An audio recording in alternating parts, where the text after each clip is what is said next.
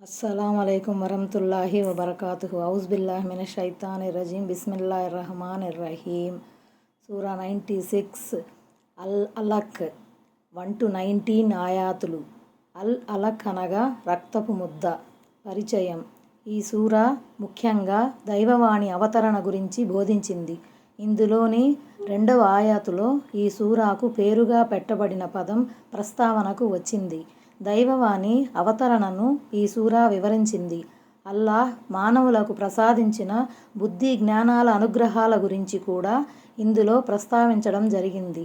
సన్మార్గాన్ని అవలంబించడం, మంచి పనులు చేయడం ఎంత ముఖ్యమో ఈ సూరాలో స్పష్టంగా తెలియజేయడం జరిగింది.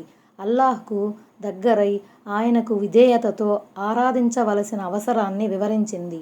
అల్లాహ్ కొందరికి సమృద్ధిని ప్రసాదించాడని, కానీ వారు తిరుగుబాటు వైఖరిని అవలంబించి అల్లాహ్కు దూరమయ్యారని విమర్శించింది. ఆయా నంబర్ 1. ఓ ముహమ్మద్ సల్లల్లాహు అలైహి వసల్లం, చదువు సృష్టించిన నీ ప్రభువు పేరుతో. మహాప్రవక్త ముహమ్మద్ సల్లల్లాహు అలైహి వసల్లం హిరాకొండ గుహలో దైవ ధ్యానంలో ఉండగా ఆయన సల్లల్లాహు అలైహి వసల్లంపై అవతరించిన మొట్టమొదటి దైవవాణి వహీ ఇది. దైవదూత జిబ్రీల్ అలైహిస్సలాం వచ్చి చదువు అని ఆయన్ని పురమాయించగా, నేను చదువుకున్నవాణ్ణి కాను అని ఆయన సల్లల్లాహు అలైహి వసల్లంకు చెప్పారు. దైవదూత ఆయన్ని పట్టుకొని గట్టిగా కుదిపి చదువు అని మళ్ళీ పురమాయించాడు. నాకు చదవడం రాదు అనే ఆయన సల్లల్లాహు అలైహి వసల్లం బదులిచ్చారు. ఈసారి దైవదూత 3 సార్లు ఆయన్ని కుదుపుతూ ఈ ఆయతులను పఠించాడు. ఆయన సల్లల్లాహు అలైహి వసల్లం చేత కూడా చదివించాడు. ఆయన నంబర్ 2.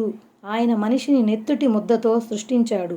జగతిలో ఎన్నో జీవరాశులున్నాయి, కానీ దేవుడు మనిషి పుట్టుక తీరును గురించి ప్రత్యేకంగా ప్రస్తావించడాన్ని బట్టి ఈ లోకంలో మానవ సృష్టికి ఉన్న ప్రాముఖ్యాన్ని అర్థం చేసుకోవచ్చు.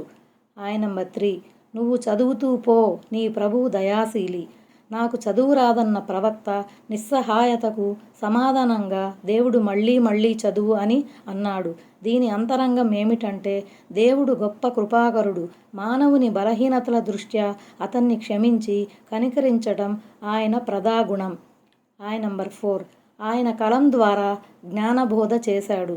జ్ఞానంలో కొంత భాగం మనిషి మనోమస్తిష్కాలలో నిక్షిప్తమై ఉంటుంది, మరికొంత భాగం అతని నోటి ద్వారా వ్యక్తమవుతుంది, ఇంకా కొంత భాగాన్ని మనిషి కలం ద్వారా అక్షర రూపం ఇస్తాడు. మేధస్సులో నాటుకున్నదంతా అతనితో పాటే వెళ్ళిపోతుంది. అతను నోటితో చెప్పింది కూడా చాలా వరకు సురక్షితంగా ఉండదు. అయితే పెన్నుతో రాసి పెట్టింది మాత్రం అది వృధా కాకుండా ఉన్నట్లయితే చాలా కాలం వరకు సురక్షితంగా ఉంటుంది. ఈ కలము ద్వారా వెనుకటి జాతుల గాథలు, మహనీయుల జ్ఞానసుధ చరిత్ర పుటల్లో సురక్షితంగా ఉన్నాయి.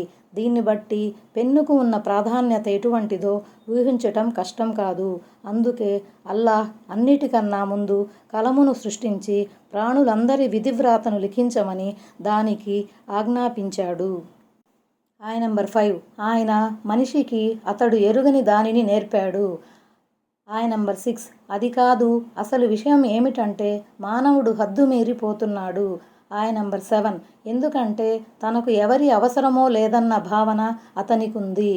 ఆయన నంబర్ 8. నిశ్చయంగా అందరూ మరలిపోవలసింది నీ ప్రభువు వైపే.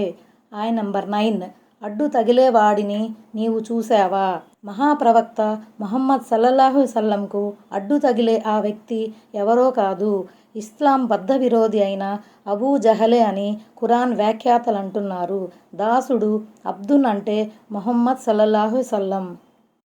ఆయన నంబర్ 10. ఒక దాసుణ్ణి అతను నమాజు చేస్తుండగా అడ్డుకున్నాడు. ఆయన నంబర్ 11. ఇదిగో చూడు, ఒకవేళ అతను గనక సన్మార్గాన ఉంటే, అంటే సన్మార్గాన ఉన్న ఒక వ్యక్తిని నమాజు చేయకుండా ఆపటం ముమ్మాటికి దౌర్జన్యమే. ఆయన నంబర్ 12. లేదా అతను భయభక్తులను గురించి ఆజ్ఞాపిస్తూ ఉన్నట్లయితే అతని గురించి నీ ఉద్దేశం ఏమిటి? అంతిమ దైవ ప్రవక్త అయిన ముహమ్మద్ సల్లల్లాహు అలైహి వసల్లం బోధించే విషయాలు మామూలు విషయాలు కావు. అవి ఏక దైవారాధన, తౌహీద్, సదాచరణ, అమల సాలెహ్, చిత్తశుద్ధి, ఇఖ్లాస్తో కూడుకున్న విషయాలు. వాటి ద్వారా మానవ సమాజంలో ధర్మపరాయణత, దైవభీతి, పరలోక భీతి వంటి సుగుణాలు ఆవిర్భవిస్తాయి. అవి మనుషులను నరకాగ్ని నుండి కాపాడుతాయి. మరి ఇలాంటి ఉత్తమ విషయాలను నిరోధించడం సమంజసమా? వీటిని ప్రబోధించే వ్యక్తిని బెదిరించడం సహేతుకమా? Point number 13. ఇదిగో చూడు, వాడేమో ధిక్కార వైఖరిని అవలంబిస్తూ ముఖం త్రిప్పుకొని పోతుంటే వాడి గురించి నీ అభిప్రాయం ఏమిటి? ముహమ్మద్ సల్లల్లాహు అలైహి వసల్లంను పొద్దస్తమానం వేధిస్తూ వెంటబడిన అబూజహల్ పోకడలు మంచివేనా? అతని పెడసరి ధోరణి వల్ల మానవతకు కలిగే ప్రయోజనం ఏమిటో చెప్పండి. Point number 14. ఏమిటి? అల్లాహ్ తనను గమనిస్తున్నాడన్న విషయం అతనికి తెలియదా? ఏమిటి? సర్వోన్నత ప్రభువు అయిన అల్లాహ్ సదా తన చేష్టలను చూస్తూనే ఉంటాడని అబూజహల్కు తెలీదా? Point number 15. కానే కాదు. ఒకవేళ వాడు గనక తన వ్యతిరేక ధోరణిని మానుకోకపోతే మేము వాడి నుదుటి జుత్తును పట్టి ఈడుస్తాము. అంటే దైవ ప్రవక్త సల్లల్లాహు అలైహి వసల్లం పట్ల విరోధాన్ని మానుకోకపోతే, ఆయన సల్లల్లాహు అలైహి వసల్లం నమాజు చేస్తుండగా ఆటంకాలు సృష్టించే పనిని మానుకోకపోతే మేము వాడి ముంగురులు పట్టి ఈడుస్తాము. హదీసులో వచ్చిన వివరాల ప్రకారం ముహమ్మదు గనక కాబా గృహం వద్ద నమాజు చేయటం మానుకోకపోతే నేనతని మెడపై కాలు పెట్టి తొక్కేస్తానని అబూజహల్ సవాలు విసిరాడు. ఈ విషయం దైవ ప్రవక్త సల్లల్లాహు అలైహి వసల్లంకు తెలిసినప్పుడు అతనే గనక ఈ చేష్టకు పాల్పడితే దైవదూతలు అతన్ని పట్టుకుంటారని ఆయన పలికారు. సహీ బుఖారీ అల్-అలక్ సూరా వ్యాఖ్యానం. Point number 16. అబద్ధాలతో, దురంతాలతో కూడుకున్న వాడి నుదుటి జుత్తును, అంటే అబూజహల్ ఇస్లాంకు వ్యతిరేకంగా సత్య విరుద్ధమైన ప్రగల్భాలు పలికేవాడు. పైగా జంకు గొంకు లేకుండా పాప కార్యాలకు పాల్పడేవాడు. Point number 17. కావాలంటే వాడు తన సలహా మండలి సభ్యులను సహాయార్థం పిలుచుకోవచ్చు. Point number 18. మేము కూడా నరక భటులను పిలుస్తాము.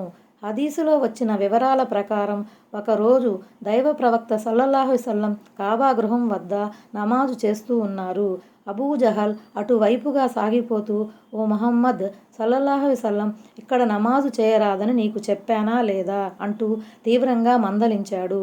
అతని మాటలకు మహాప్రవక్త సల్లల్లాహు అలైహి వసల్లం కూడా కాస్త తీవ్రంగానే స్పందించారు. అప్పుడు అతను, ముహమ్మద్ సల్లల్లాహు అలైహి వసల్లం, జాగ్రత్తగా ఉండు.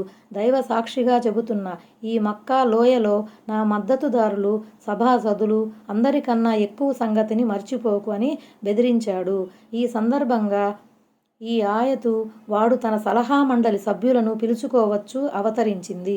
ఒకవేళ అతను గనుక తన భజన పరులను పిలిచి ఉంటే అప్పటికప్పుడే దైవదూతలు అతన్ని పట్టుకుని శిక్షించి ఉండేవారని హజ్రత్ ఇబ్నె అబ్బాస్ రజియల్లాహు అన్హు అభిప్రాయపడ్డారు. సహీ ముస్లిం ప్రకారం వాడు అబూజహల్ ముందుకు వెళ్ళి ఆయన సల్లల్లాహు అలైహి వసల్లం మెడపై కాలు పెట్టి తొక్కాలని సంకల్పం చేసుకున్నాడు. అంతే, మరుక్షణమే వెనక్కి తిరిగి తన చేతులతో తనను విడిపించుకోసాగాడు.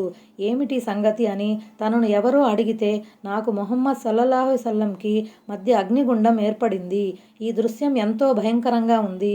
నాకు వ్యతిరేకంగా ఎంతోమంది ప్రత్యక్షమయ్యారని చెప్పాడు. ఒకవేళ అతనే గనక నా జోలికి వచ్చి ఉంటే దైవదూతలు అతన్ని చీల్చి చెండాడి ఉండేవారు అని మహాప్రవక్త సల్లల్లాహు అలైహి వసల్లం అన్నారు. జబానియహ్ అంటే భటులు, కావలివాళ్ళు, ప్రత్యేక భద్రతా దళాలు అనే అర్థాలొస్తాయి. Point number 19. తస్మాత్ జాగ్రత్త, నువ్వు వాడి మాట వినకు. నీ ప్రభువు సన్నిధిలో సాష్టాంగపడి సామీప్యం పొందు. అస్సలాము అలైకుం వరహ్మతుల్లాహి వబరకాతుహు.